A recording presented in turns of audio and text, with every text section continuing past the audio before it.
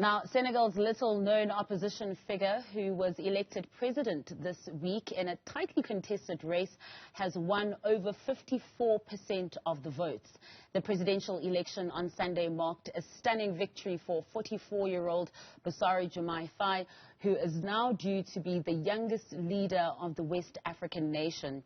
At a news conference in Dakar yesterday, the Court of Appeals announced that Faye won 54.28% of the vote, with the ruling coalition candidate Amadou Ba taking over 35%. The results are preliminary but are expected to be confirmed on Friday. Bassirou Diomaye Diakhar Faye, 2 434 751 voix. Pour Bassirou Diomaye Faye, je précise que c'est 54,28%. Voilà, 54,28%. 54,28%. C'est bon? D'accord. Amadou Ba, 1 605 086 voix, soit 35,79% des suffrages exprimés.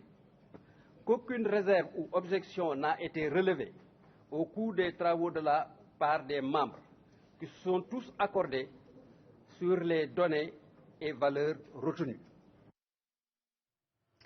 Now, for more on this, we are joined by Mady Camara, a Senegalese journalist who covered the elections on the ground, and political analyst Oluwole Ojewale, who are both in the capital of Dakar.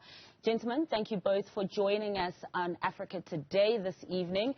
You're both in Dakar. What is the atmosphere and mood like since the election announcement was made? Mady? Oh, thank you so much. Thank you for having me.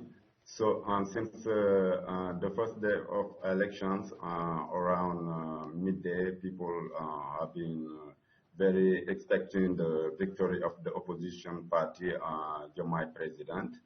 And since that is been very calm, people are seems to be more now taking their breath, holding their breath, because it has been a lot of tensions the past 2 or 3 years for the opposition, or between the opposition and the government. But since the results start coming out, I think that has shown, given a lot of excitement and a lot of hope to the younger population of Senegal for Bassirou Diomaye Faye winning these elections. Who is also young and a young leader, just like Ousmane Sonko. Yeah, and speaking of him also being young as well, he just celebrated his 44th birthday on Monday, just perfect timing with the results as well. Apparently there was quite a lot of jubilation in the streets with people singing and dancing as well. Can you attest to that? Yes, people they were singing, and a lot of his supporters were posting "Happy Birthday, President Diomaye Faye. This is the best birthday gift for any person." And most importantly, people, they appreciate him because he is one of the presidents who is not only the youngest one elected, but also who came from a very rural area, who came from a village, who came from an area where there is a lack of electricity, sometimes issues with water infrastructures. So he's the kind of, among the millions of all those young Senegalese people who really understand and who have experienced the real living condition of those local populations. Oluwole, what would you say the significance of having such a young leader, the opposition as well, triumph in a country like Senegal signifies as well? Also considering, the tensions that Mady was mentioning prior to this election as well. They're supposed to take place in February, and then at the 11th hour, the former president, Macky Sall, said, no, there won't be elections then. Of course, that caused uproar.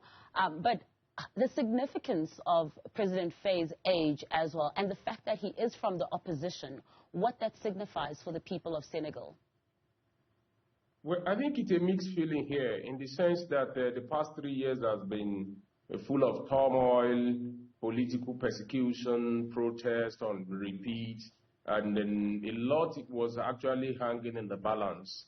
So, and there were apocalyptic headlines of newspapers, media reports, Senegal on the brink, democracy in crisis in Senegal, all attention was focused on Senegal. So I think it became like an anticlimax, really, because a lot of people thought the unexpected was going to happen in Senegal. And it also became a lifeline for ECOWAS that has experienced a lot of political turbulence as a region in the recent time. So I think hope springs from Senegal, and that is what we can say for the young people, for the citizens of West Africa.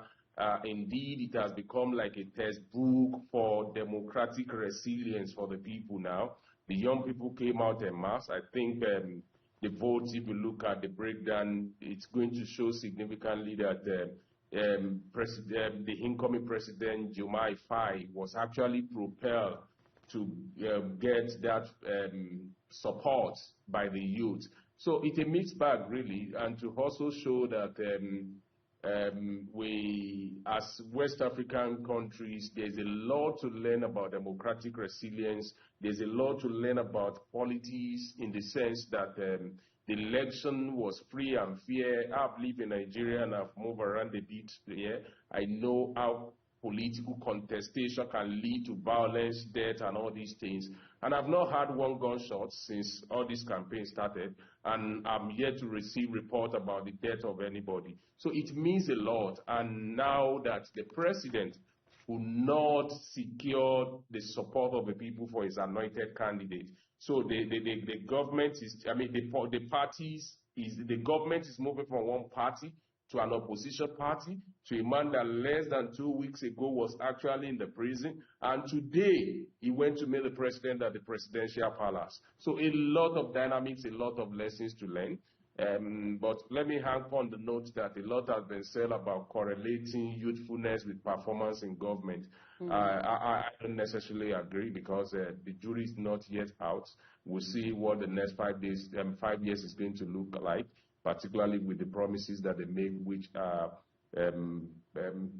anti-establishment promises. I don't know how much of pushback they are going to receive from the establishment to be able to implement that. But it is money in Senegal.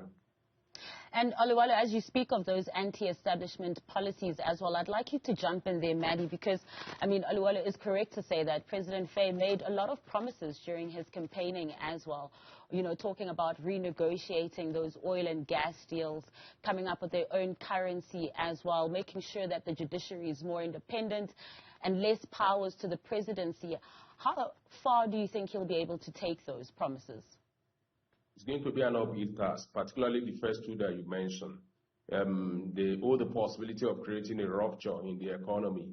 And this is a president that promised that he's going to rejuvenate the hope of the people by bringing jobs to the young Senegalese that are unemployed. So abandoning the CFA, calling for the renegotiation of contracts with international business partners and establishment in Europe, in France, and all these places is not a Tea Party affair. You can campaign in prose and govern in poetry.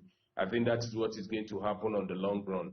And my advice, or the way I see things, is that I expect that they will quickly concentrate on the quick wins that can deliver dividends of democracy to the constituency that voted him into power. For now, abandon the plan about all those anti-establishment, decoupling of Senegal. At the time that the world is talking about global cooperation, nobody can play the isolationist game like they want to. So those things are good, but I think at best it's probably to swing the vote of gullible voters to actually get them to elect them into the office. When you get into the office from April 2nd, it's going to be faced with the reality of the state of governance. And I won't be the first person to start abandoning those policies and plans. Mady, briefly, before I let you go, your thoughts on some of these promises that were made and the achievability of them? I think with President Diomaye Faye, a lot will change, especially in terms of education reforms, and by introducing English study in primary school, which could boost Senegal's international competitiveness, and also more rules and transparency within the army, etc., will also reinforce more freedom of powers between the army, the executive, and the judiciary. But again, it's their program. It's depending on what they promise to people during campaign, and let's see within the next 5 years what will happen. A crucial 5 years it will be indeed. We are crossing fingers. Truly it will be. But thank you to you both for joining us this evening and sharing your insights, and enjoy the celebrations there in Dakar as well.